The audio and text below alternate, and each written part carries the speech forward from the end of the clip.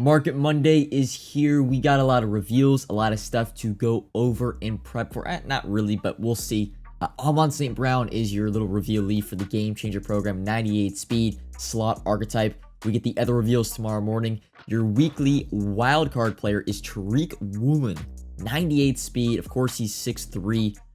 Gonna be one of the best corners in the game. And then also, here are your little blurred out images. We can go through the predictions real quick. All I know is Mark Andrews is on the far left. That's about as guaranteed gets. And then for the weekly wildcards, I've seen some things like Leonard Williams in the middle left, Rashad Bateman maybe far right, but those are your fuzzy images. Content schedule, we got one big bombshell because we knew we weren't really going to get Easter this week, so we had a mystery of what would be the Thursday content, and it is going to be the Ring of Honor. We'll talk about that a little bit later in this video. But getting right into things, starting out with Game Changers. Can you really pre-build the 98 overall sets? Not really.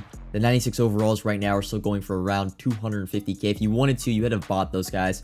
Probably, they were easily buyable for me, at least last, I think it was Wednesday, Thursday, Friday, for around 200k. So if you have those in your binder, I also would recommend you probably want to sell them before the actual content goes live, because as soon as the content goes live, packs are going to be open. I'm sure these 96 Game Changers will go back down to like the 225k mark instead of selling for the 250k mark. And it is Comp Pass Refresh Day. 97 overall, Brock Purdy was reward. Comp Pass, trash as always, but there is some benefits on the market, of course, being the 80-81 market, and this market is honestly going extinct. They're up for like 6-7k, but there are barely any up. They will sell instantly. You can see at the 59th minute, even just for only 80-81 filter. And the 78-79s are going down, it seems like, each and every week. They're going for like 4.5 to 4k right now. Not the best, but they're still a great sale on these Mondays. And if you want to take advantage of the market being a little bit high for the 80-81s, the 78-79s, and really also kind of prepping for Ring of Honor a little bit, gold player packs are really the only way you can go about it. The only packs that are going to give out 80-81s and even 70-79s at a frequent rate, because if you actually go to all the other packs, the Pro Elites, or not the Pro Elites, the Pro Game Days, the Pro Star Fantasies, their minimum overall in all of these packs is 82 overall. So that's why you're seeing the 80-81 market be so rare, because really the only way you can get these cards is through gold player packs. Another thing that I did last week, by the way, that was actually really good when it came to making coins, and it was an accidental investment. It was actually having to do with the 98 weekly wildcard players. So you know we were buying 96 overalls last week, and 96 weekly wildcards were going for around they're only going for 225, 220 right now.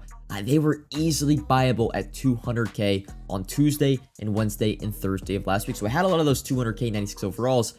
And well, I kind of found out that you can do the 98 overall weekly wildcard sets for very cheap. The 93 overall players, I was buying them for like 75k. I'm sure tomorrow, I'm sure tomorrow and Wednesday, they're probably going for like 60 to 65k. I was doing the 98 overall weekly wildcard sets for what? It would be like 575k or like 625k. Something very cheap. And these 98 overall cards later on in the week were still going for very expensive prices. I mean, you can see Deshaun Jackson right now, he's 800k. You have Keith Smith also going for above 750. I think Martin Emerson, the Browns corner, he's also going for 750. So something to keep your eye on. We also got Tariq Woolen this week, so if you can get 96 overall weekly wildcards for under, like, I would say 205k, pick those guys up, pair them with some 93 overalls, and look to complete their set later in the week, and they'll be very expensive. You can make quite a lot of coins. Finally, now getting into some Ring of Honor conversation. Down in the comments, you can let me know what you guys think the Ring of Honor program is going to be about, because there's really a lot of speculation.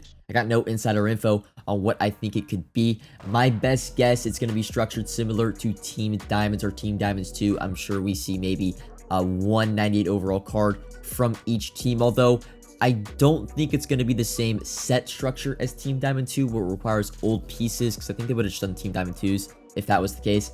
I think it's going to be structured similar to Campus Hero 2, where you have, of course, the one of each team, like the champion player, and then you got the baby pieces that are like in the reroll and required from the sets.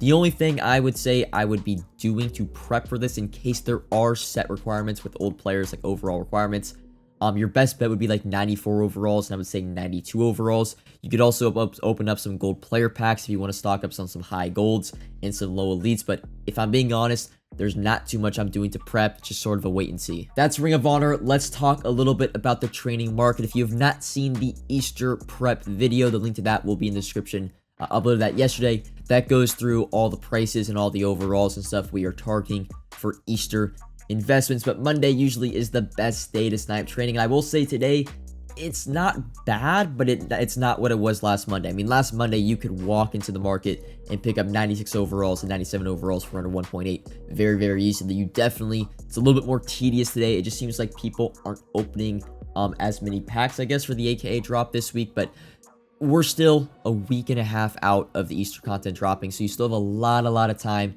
to pick up your 96 overalls and your 97 overalls. I have been going position by position. I'm only spent around like 10 mil today and around like 20-30 minutes. So it's still, there definitely is still some buying to do today, and there's some opportunity, just not as much as I thought there would be, considering last Monday was pretty crazy.